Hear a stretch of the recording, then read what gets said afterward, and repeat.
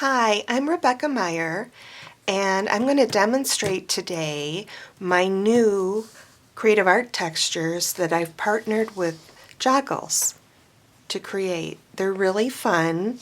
I have 3 new designs. One is a mandala type, an all over pattern. You can see these are well used already. And one with script and some greenery on it. So the first one I'm going to work with is this one, the script design. I love script. The thing about this one is you're working in reverse. So right now you can see that it looks normal.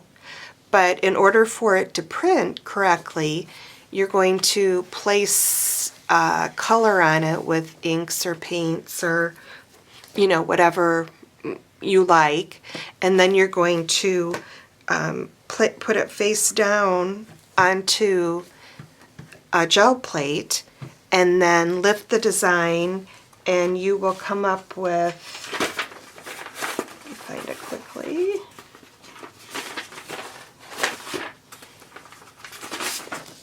Something that looks like this. So I'm using today Distress Oxide inks,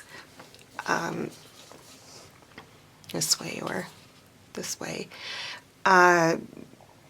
which is a quick and easy way to ink up the gel plate and make a print. So the first thing, like I said, I have the Distress Oxide inks and a brayer and the gel plate. So I'm going to, this is Spice Marmalade, and I will be using Abandoned Coral for the background. And I'm just going to put some color on. And it's very deceptive because it looks like there's hardly any ink on the plate, but you'll see it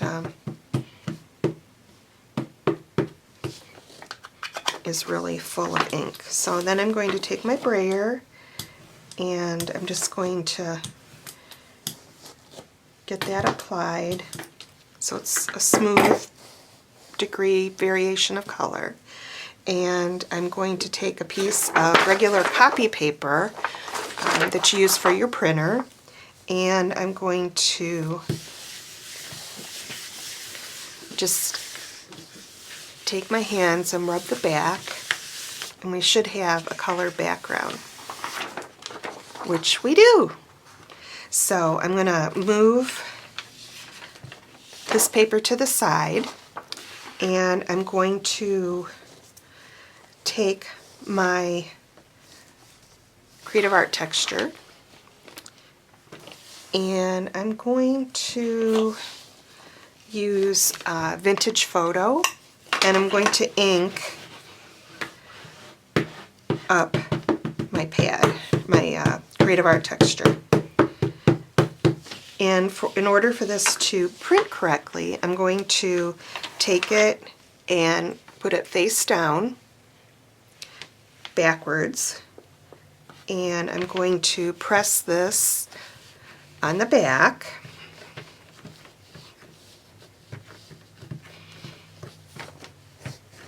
And then I'm going to pull this up, and you can barely see anything, but hopefully when I put this on the background, it will be noticeable. Now this depends also on if the ink is dark or lighter, your combinations, and the ink you use on the creative art texture to make a print. It might be too dark, but as with gel printing, it's not always obvious what it's going to be. Oh, this turned out good. You can see that it's really subtle, but it's perfect background. So you can see it better. And everything, since I flipped it over and made the print and then pulled the print, you can see the writing is the way it should be. So I'm going to just set this aside, and I will show you how I create with the other two art textures, creative art textures. For the next print, I've already started putting the ink pad, inking it up on the gel plate. This time I'm using fossilized amber and peacock feathers. And I'm just going to do just like I did with the other one. And I didn't clean my brayer, so we'll see what happens. Oh, I'm going to get a little bit of orange, looks like. And I'm going to take my mandala and I'm going to place it down, and I'm going to press again. This one, it doesn't matter. It does have a little bit of writing on it, but it won't interfere. I mean, you won't be able to tell if it's, you know, correct backwards or forwards. So I'm just going to pull it off.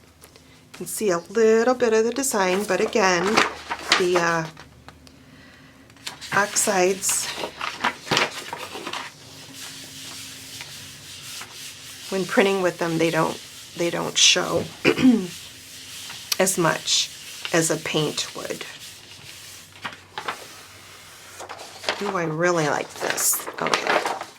So I really, really like this. I don't know what was on the plate. There's a little bit of, or it might have been on the creative art texture, but regardless, I like it. It's very subtle print, and basically why I like these so much is they're fantastic for a background. I mean, they can be used with paints or other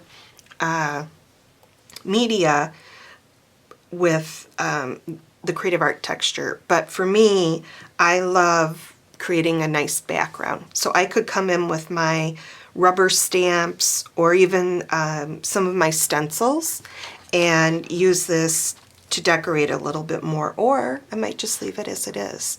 So that I just love. I love how that turned out. So that is the mandala type design. So last but not least, I'm going to show you the all over pattern, kind of like a tile pattern for this creative art texture. And I'm using fossilized amber and spice marmalade. And it doesn't have to be the distress ink, oxide inks. It could be the distress or any of your favorite inks, except for permanent ones. You could make it work, but the quickest, easiest if you're just starting out are the Distress Oxide inks by Ranger, Tim Holtz. Okay, so I'm just going to ink that up. I'm going to press my design down on the plate.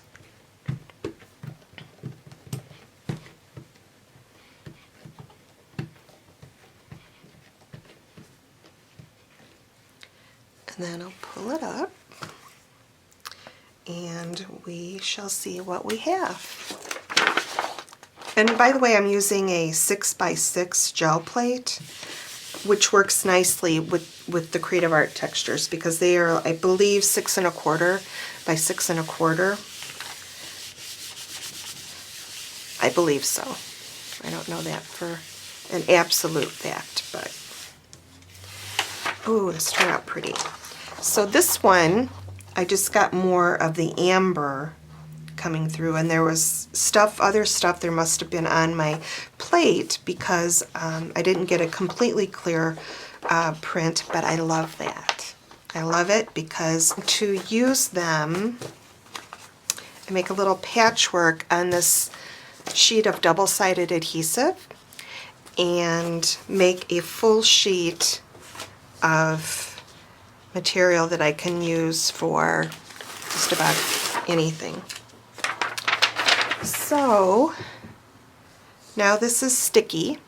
This one of the sides is removed, and I'm just going to lay my sheets. Okay, that one's doesn't seem very level, but we'll see. It can always be fixed. And I'm going to lay the other one of the other ones.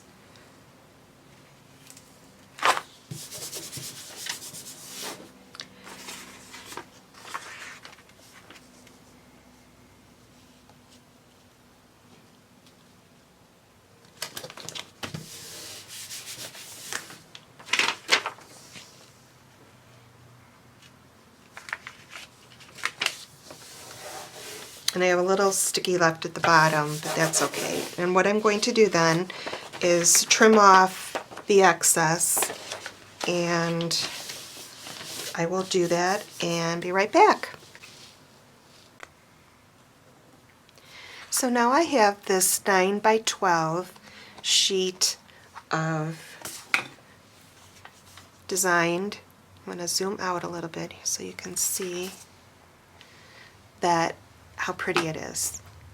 So I didn't use all of the full sheet for this one or this side, but I did trim off, and I will keep this for use with a card or something.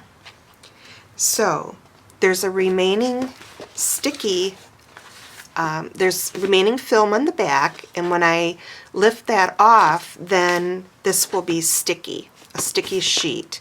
And what I'm going to do is I'm going to apply it to my little mixed media paper sheet book.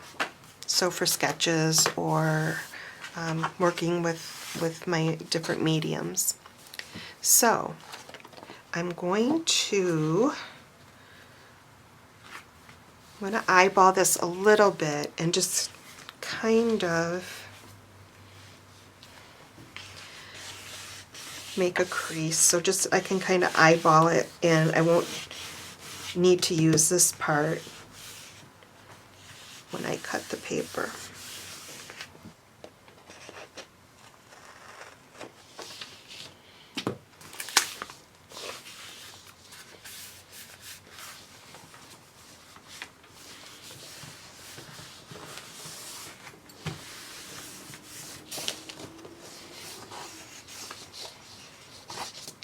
So I'm just taking my fingers and making sure that no sticky edges.